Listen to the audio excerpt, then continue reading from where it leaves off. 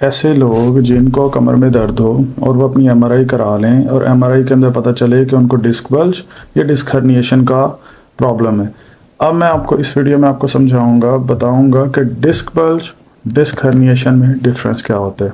ऐसे लोग जिनकी कमर में दर्द हो वो जब अपना एमआरआई कराते हैं तो उसके अंदर आता है कि इनको डिस्क स्लिप है या डिस्क का मसला है।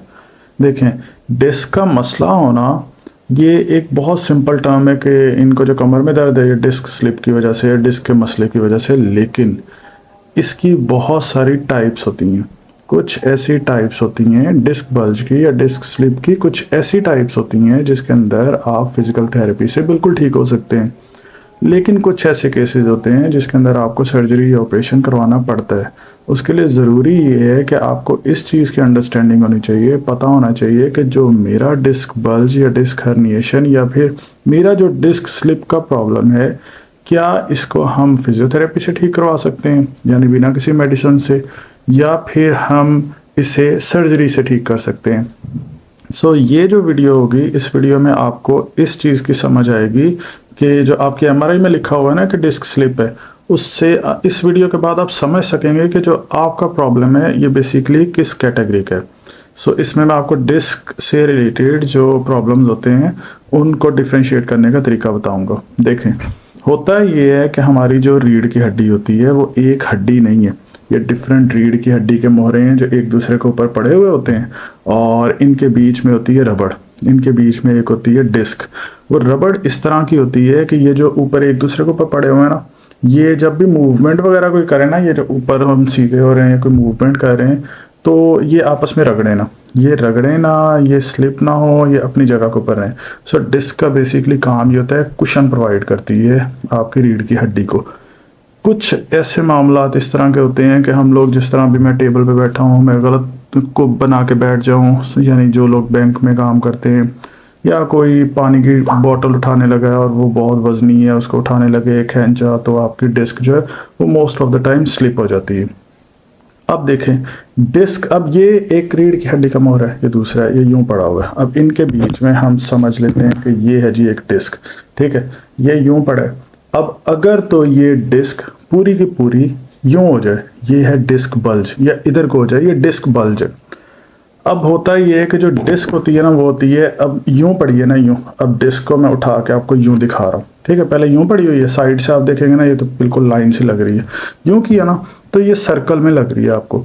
ये जो बीच का जो एरिया है ना इसे कहते हैं न्यूक्लियस प्रोपोसिस, ये जो बाहर का एरिया इसे कहते हैं एनुलस फाइब्रोसिस। ये होता है रस्सी की तरह, ये जो बीच वाला एरिया होता है ना ये होता है शहद की तरह गाढ़ा सा होता है। अच्छा, अगर तो ये सारे की सारी इकट्ठी स्लिप हो जाए, दैट इज डिस्क बल्ज, ठीक है।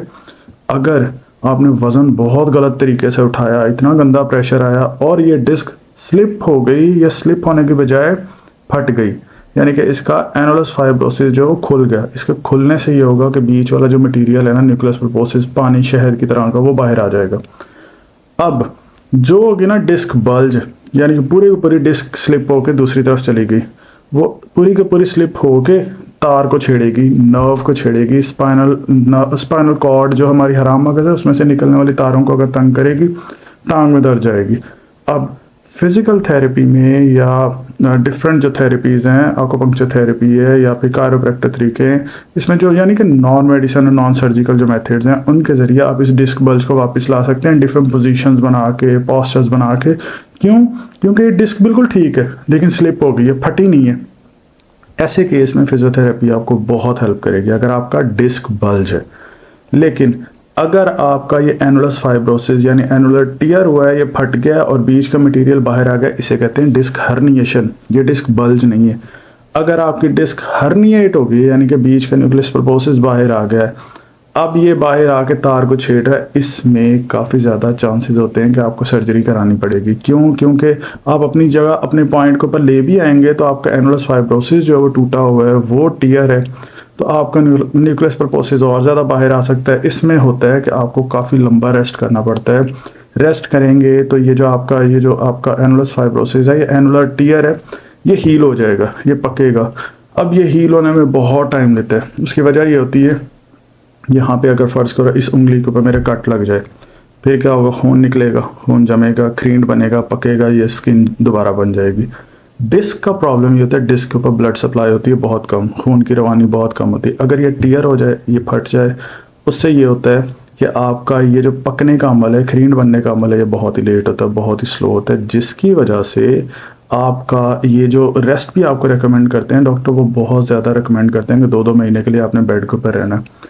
उसकी अच्छा कोशिश किया करें कि अगर आपको डिस्क का प्रॉब्लम है ना, अपने एंकल, अपने नी जॉइंट, अपने बाजू, अपने एल्बो, शोल्डर, इनके ऊपर मूवमेंट लाजमी करते रहा करें। ये आपके थेरेपिस्ट गाइड करेंगे आपके कंडीशन के अकॉर्डिंग। सो बताने का मकसद ये था कि अगर डिस्क बल जो पूरी की पूरी डिस्क जो स्लिप होगी आगे या पीछे, ये ठीक हो जाएगी फिजिकल थेरेपी से। हर्निएट हो गई है तो आपका जो असेसमेंट होगी ना, वो टोटली डिपेंड करेगी आपकी, यानी कि जो फिजिकल असेसमेंट, यानी कि आपकी जो फिजिकल कंडीशन है, इसके ऊपर डिपेंड करेगा कि आपकी फिजियोथेरेपी से मैनेजमेंट हो सकती है।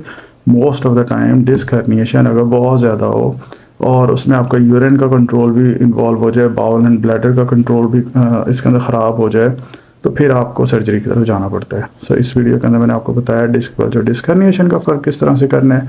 आने वाली वीडियोस के अंदर हम इसको डिटेल से भी डिस्कस करेंगे। कोई आपका क्वेश्चन नीचे कमेंट्स में पूछें। चैनल पे नए हैं तो चैनल को सब्सक्राइब करें।